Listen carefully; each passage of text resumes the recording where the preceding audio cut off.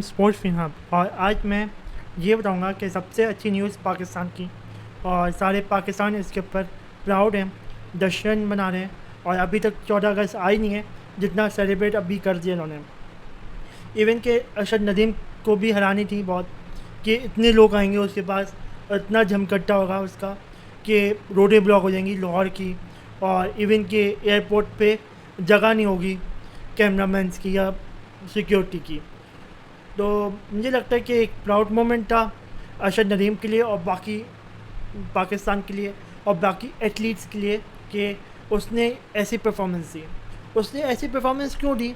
उस इसके पीछे उसका विजन था कि उसका विजन ये था कि मैं गोल्ड मेडल लूँगा और मैं पहला बंदा हूँगा जो कि मैं गोल्ड मेडल लूँ इन जेवलिंग, इन सिंगल बंदा हूँगा जो कि गोल्ड मेडल ले फॉर पाकिस्तान, क्योंकि आखिरी बार हमने गोल्ड मेडल 1984 में लिया था जो कि हॉकी की टीम ने लिया था।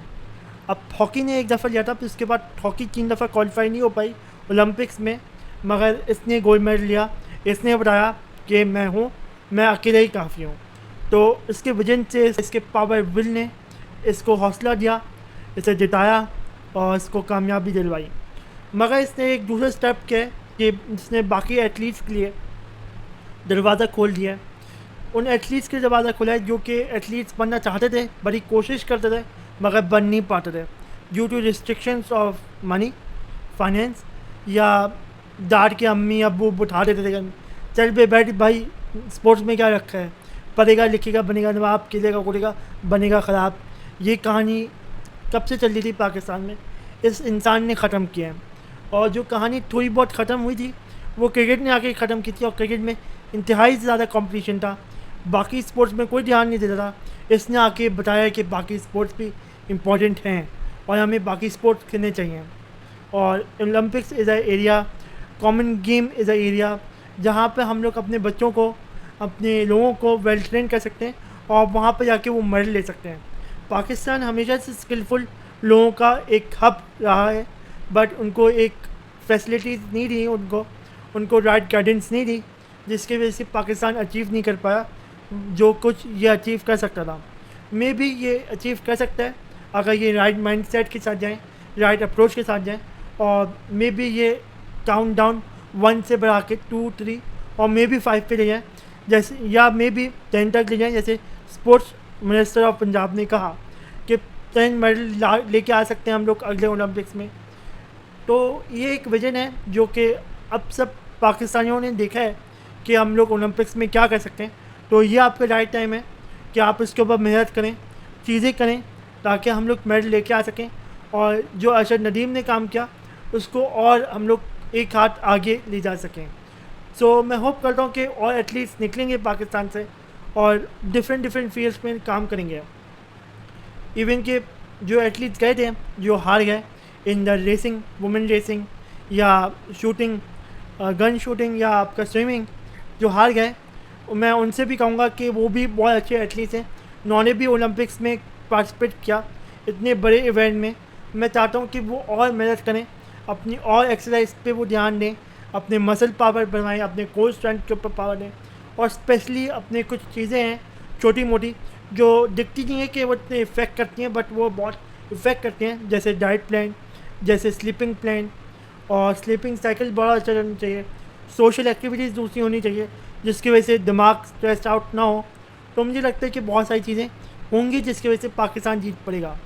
और पाकिस्तान के लिए एक कहानी है, एक छोटी सी कहानी है, जो कि ब्रिटेन अपनी साइकिलिंग में काफ़ी हार रहा था, और इवन के फ्रांस में वो साइकिलिंग कंपटीशन नहीं जीत पा रहा था, जो कि one of the biggest competition होता है इन द फ्रांस। वहाँ पर वो काफ़ी हार रहा था, तो वहाँ पर एक कोच आए, उन्होंने छोटी छोटी चेंजेस किए हैं, उन्होंने सीट के अंदर चेंजेस किए हैं साइकिलिंग की, उन्होंने रेस्ट का शेड्यूल बनाया है, उन्होंने ईटिंग हैबिट्स चेंज किए हैं, जिसकी वजह से आपके ब्रिटेन फर्स्ट पोजीशन पे आ गया।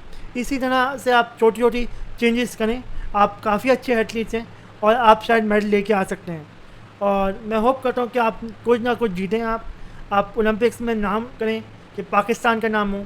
और मैं चाहता हूँ कि गवर्नमेंट इसको, इन सब लोगों को फ़ंड करे, या बिजनेसमैन, जितने भी बिजनेसमैन हैं, कोई ना एक बिजनेसमैन एक बंदे को स्पॉन्सर करे या 2 लोगों को स्पॉन्सर करे, ताकि कुछ ना कुछ लोग मिलाकर ओलंपिक्स में एक बड़ा नाम ले पाएँ।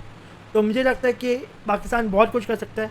और ओलंपिक्स सिर्फ जेवलिन थ्रो का नहीं है, ओलंपिक्स में स्विमिंग भी है, शूटिंग भी है, रेसिंग भी है, मेंस वुमेन दोनों का, मैराथन रेस भी है जो कि दोनों पार्ट ले सकते हैं, साइकिलिंग भी है और बाकी स्पोर्ट्स भी हैं जैसे फुटबॉल, हॉकी और बास्केटबॉल। ये सब में पाकिस्तान आ सकता है और पाकिस्तान कर सकता है।